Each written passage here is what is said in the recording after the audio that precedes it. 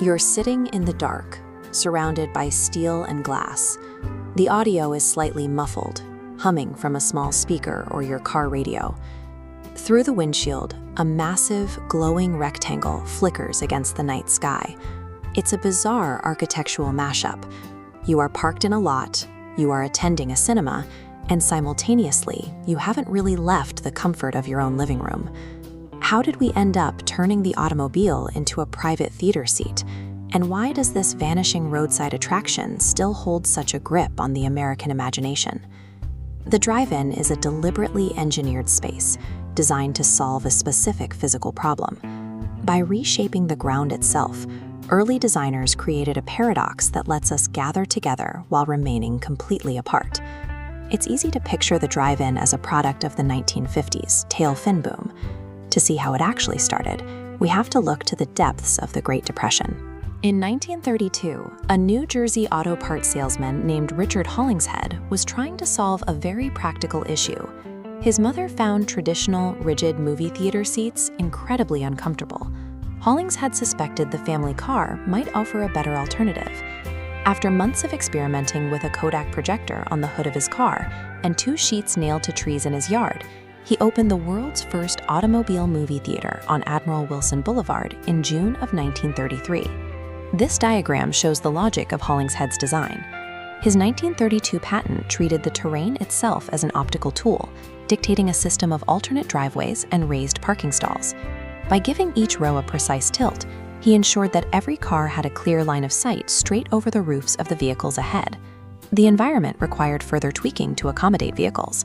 Early drive-ins used massive central tower speakers, which caused a terrible audio delay for anyone parked in the back.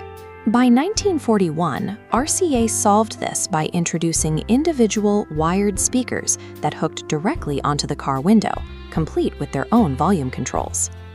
Hollingshead's patent accomplished exactly what he set out to do. He structurally integrated the automobile directly into the architecture of the theater. Following World War II, a boom in suburban populations and NASCAR ownership ignited a rapid expansion. By 1958, there were over 4,000 drive-ins operating across the United States. They became a highly democratic leisure space for young parents. You could pack the kids in the back seat in their pajamas, smoke if you wanted to, and completely avoid the cost of a babysitter. If a baby started crying, it didn't bother anyone else in the audience.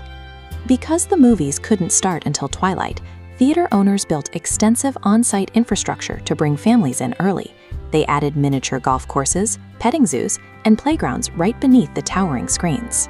But that exact same isolation also attracted a completely different demographic.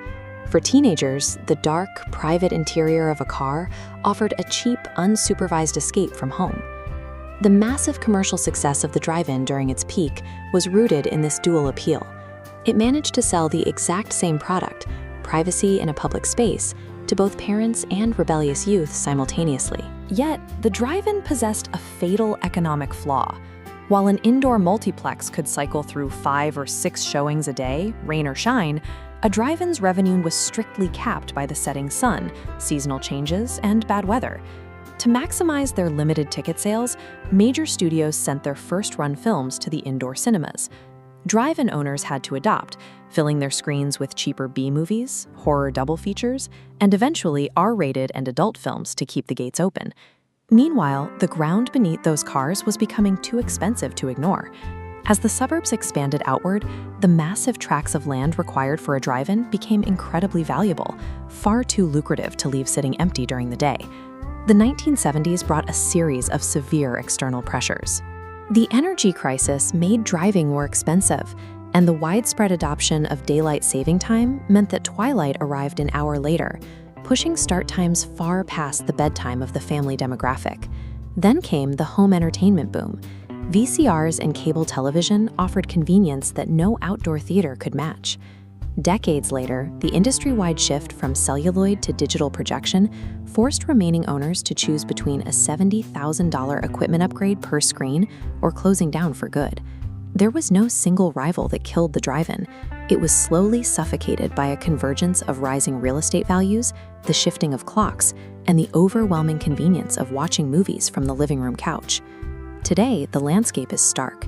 Out of the thousands of locations operating at their peak in the late 50s, fewer than 400 drive-ins remain open across the United States, but a dedicated handful refuse to fade. Historic anchors like Shankweiler's in Pennsylvania, which opened in 1934, and the 66 Drive-In along Missouri's Route 66 have managed to weather the economic storms. These survivors operate as active community hubs rather than static museum exhibits. They host local events, double features, and live concerts, relying on deep, multi-generational neighborhood support to maintain their massive lots. Ironically, the massive decline in their numbers has flipped their cultural role. What was once a cheap, everyday convenience has now transformed into a rare, highly sought-after destination experience. We saw the true utility of this format return sharply during the recent pandemic, as boutique pop-ups and temporary drive-ins appeared in empty parking lots and fields around the globe. This brief resurgence made perfect sense. The drive-in provided the exact architectural solution society was suddenly desperate for: a way to share a public space with built-in physical distance. And that is exactly why the format endures. Richard Hollingshead's invention perfected a beautiful contradiction. It takes the deeply collective act of moviegoing and makes it intensely private.